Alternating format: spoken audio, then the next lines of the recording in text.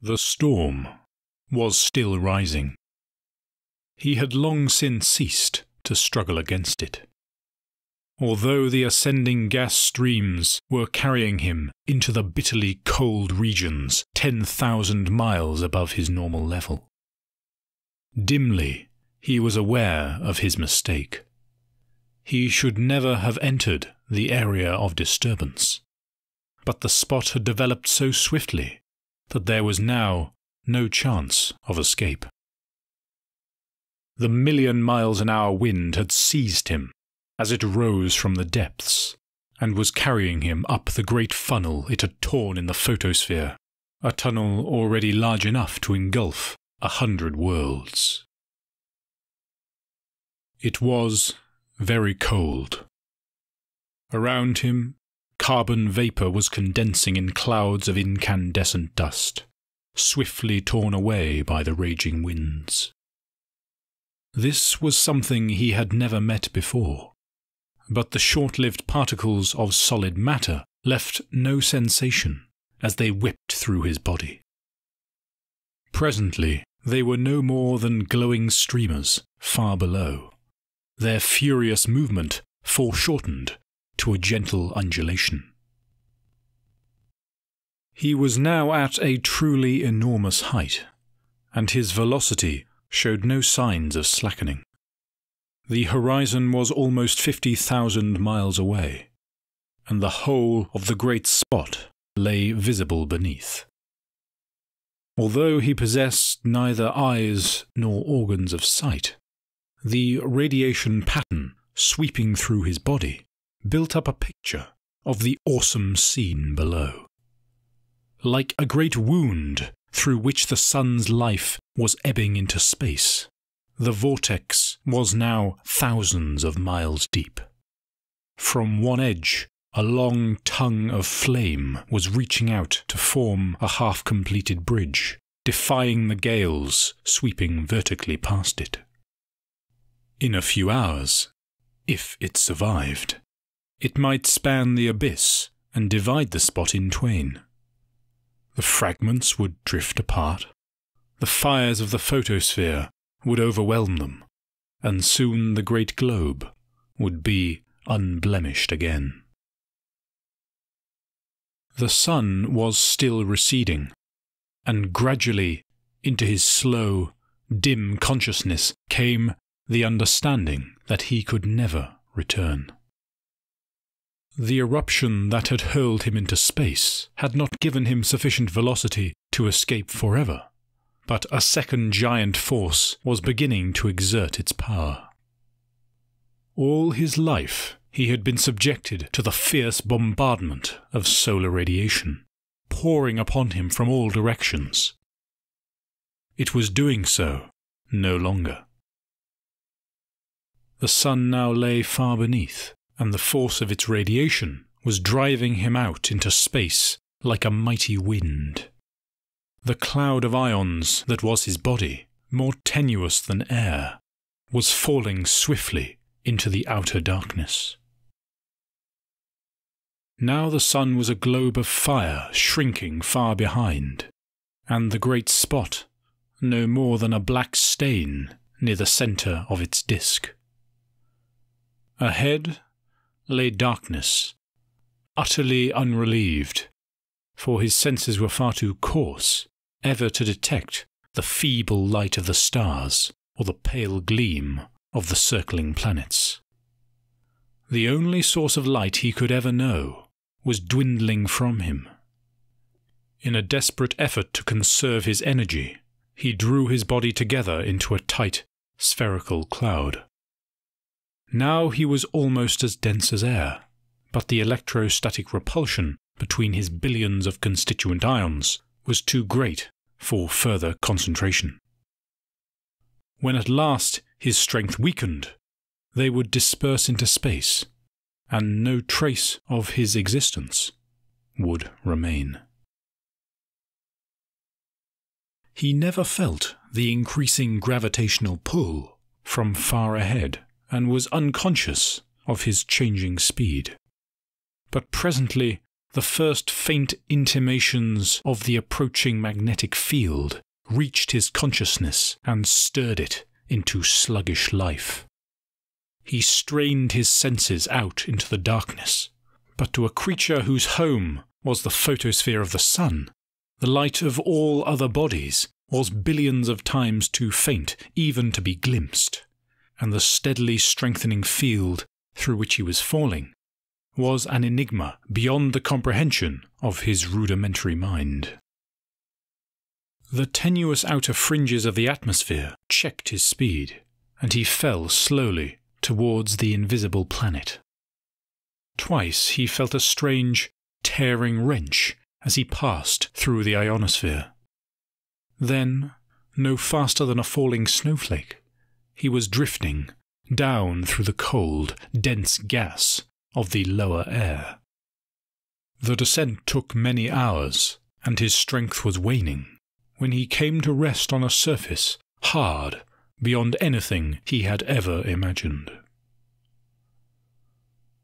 The waters of the Atlantic were bathed with brilliant sunlight, but to him the darkness was absolute, save for the faint gleam of the infinitely distant sun. For eons he lay, incapable of movement, while the fires of consciousness burned lower within him, and the last remains of his energy ebbed away into the inconceivable cold. It was long before he noticed the strange new radiation pulsing far off in the darkness, radiation of a kind he had never experienced before. Sluggishly, he turned his mind towards it, considering what it might be and whence it came. It was closer than he had thought, for its movement was clearly visible, and now it was climbing into the sky, approaching the sun itself. But this was no second sun, for the strange illumination was waxing and waning, and only for a fraction of a cycle was it shining full upon him. Nearer and nearer came that enigmatic glare, and as the throbbing rhythm of its brilliance grew fiercer, he became aware of a strange, tearing resonance that seemed to shake the whole of his being. Now it was beating down upon him like a flail, tearing into his vitals and loosening his last hold on life itself. He had lost all control over the outer regions of his compressed but still enormous body. The end came swiftly. The intolerable radiance was directly overhead, no longer pulsing but pouring down upon him in one continuous flood. Then there was neither pain nor wonder, nor the dull longing for the great golden world he had lost forever.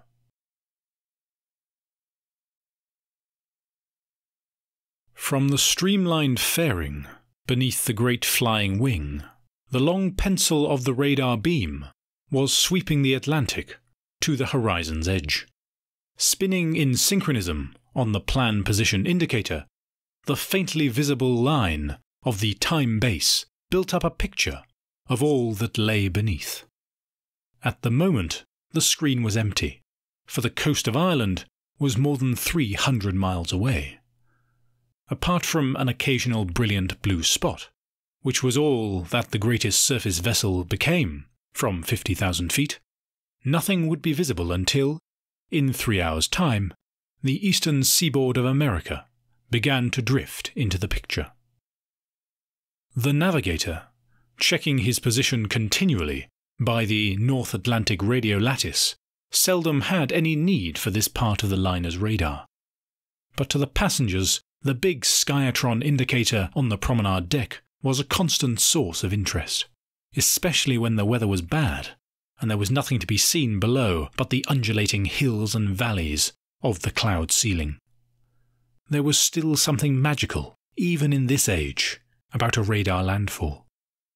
No matter how often one had seen it before, It was fascinating to watch the pattern of the coastline forming on the screen, to pick out the harbours and the shipping and presently the hills and rivers and lakes of the land beneath.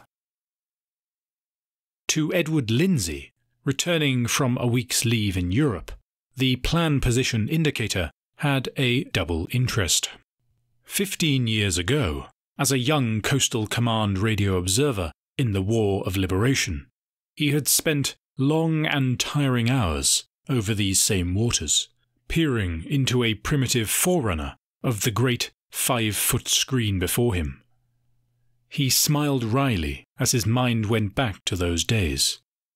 What would he have thought then, he wondered, if he could have seen himself as he was now, a prosperous accountant, travelling in comfort 10 miles above the Atlantic, at almost the velocity of sound. He also thought about the rest of S for Sugar's crew, and wondered what had happened to them in the intervening years. At the edge of the scan, just crossing the 300-mile range circle, a faint patch of light was beginning to drift into the picture. That was strange. There was no land there, for the Azores were further to the south. Besides, this seemed too ill-defined to be an island. The only thing it could possibly be was a storm cloud, heavy with rain. Lindsay walked to the nearest window and looked out. The weather was extraordinarily fine. Far below, the waters of the Atlantic were crawling eastwards towards Europe. Even down to the horizon, the sky was blue and cloudless. He went back to the PPI. The echo was certainly a very curious one. Approximately oval, and as far as he could judge, about 10 miles long, although it was still too far away for accurate measurement. Lindsay did some rapid mental arithmetic. In 25 minutes it should be almost underneath them, for it was nearly bisected by the bright line that represented the aircraft's heading. Track? Course? Lord, how quickly one forgot that sort of thing. But it didn't matter. The wind could make little difference at the speed they were travelling. He would come back again and have a look at it then, unless the gang in the bar got hold of him again. 20 minutes later, he was even more puzzled. The tiny blue oval of light gleaming on the dark face of the screen was now only 50 miles away.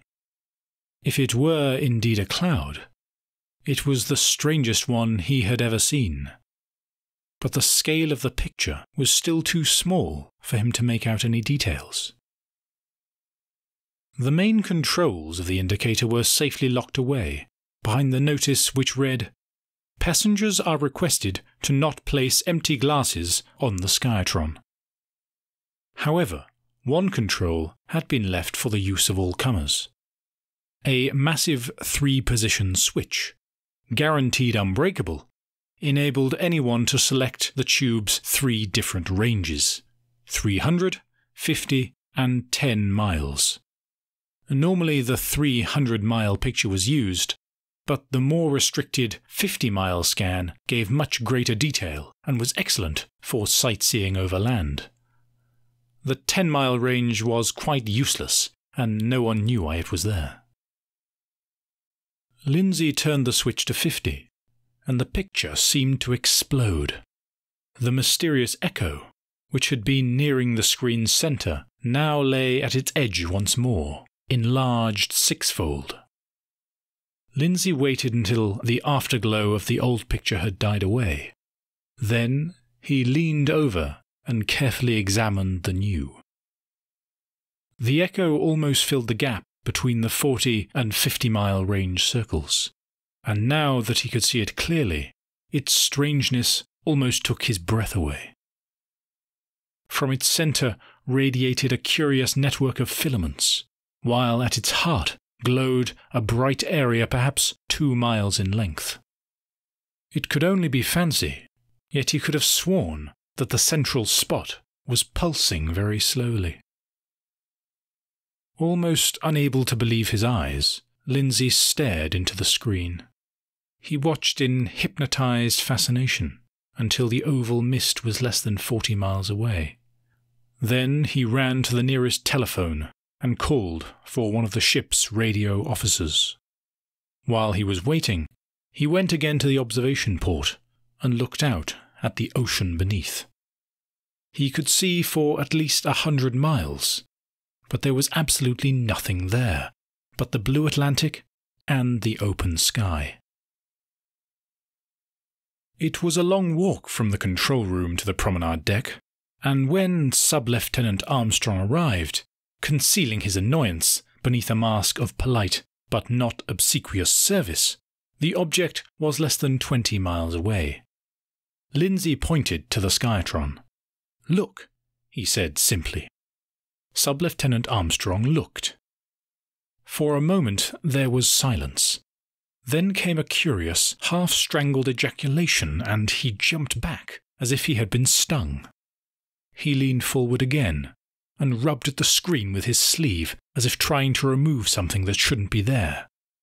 Stopping himself in time, he grinned foolishly at Lindsay. Then he went to the observation window. "There's nothing there. I've looked," said Lindsay. After the initial shock, Armstrong moved with commendable speed.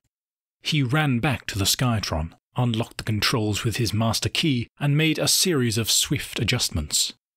At once, the time base began to whirl round at a greatly increased speed, giving a more continuous picture than before. It was much clearer now. The bright nucleus was pulsating, and faint knots of light were moving slowly outward along the radiating filaments. As he stared, fascinated, Lindsay suddenly remembered a glimpse he had once of an amoeba under the microscope. Apparently, the same thought had occurred to the sub-lieutenant. It looks alive," he whispered incredulously. "I know," said Lindsay. "What do you think it is?" The other hesitated for a while. "I remember reading once that Appleton or someone had detected patches of ionization low down in the atmosphere. That's the only thing it can be." "But its structure, how do you explain that?" The other shrugged his shoulders. "I can't," he said bluntly. It was vertically beneath them now, disappearing into the blind area at the centre of the screen. While they were waiting for it to emerge again, they had another look at the ocean below. It was uncanny. There was still absolutely nothing to be seen. But the radar could not lie.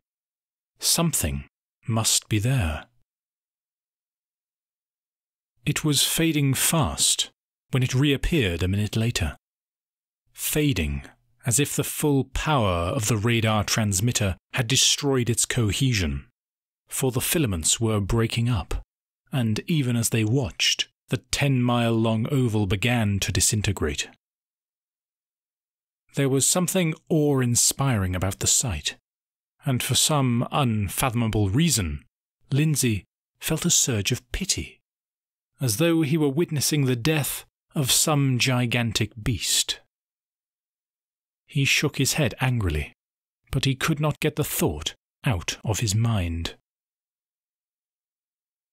20 miles away, the last traces of ionization were dispersing to the winds. Soon, eye and radar screen alike saw only the unbroken waters of the Atlantic, rolling endlessly eastwards, as if no power could ever disturb them. And across the screen of the great indicator, two men stared speechlessly at one another, each afraid to guess what lay in the other's mind.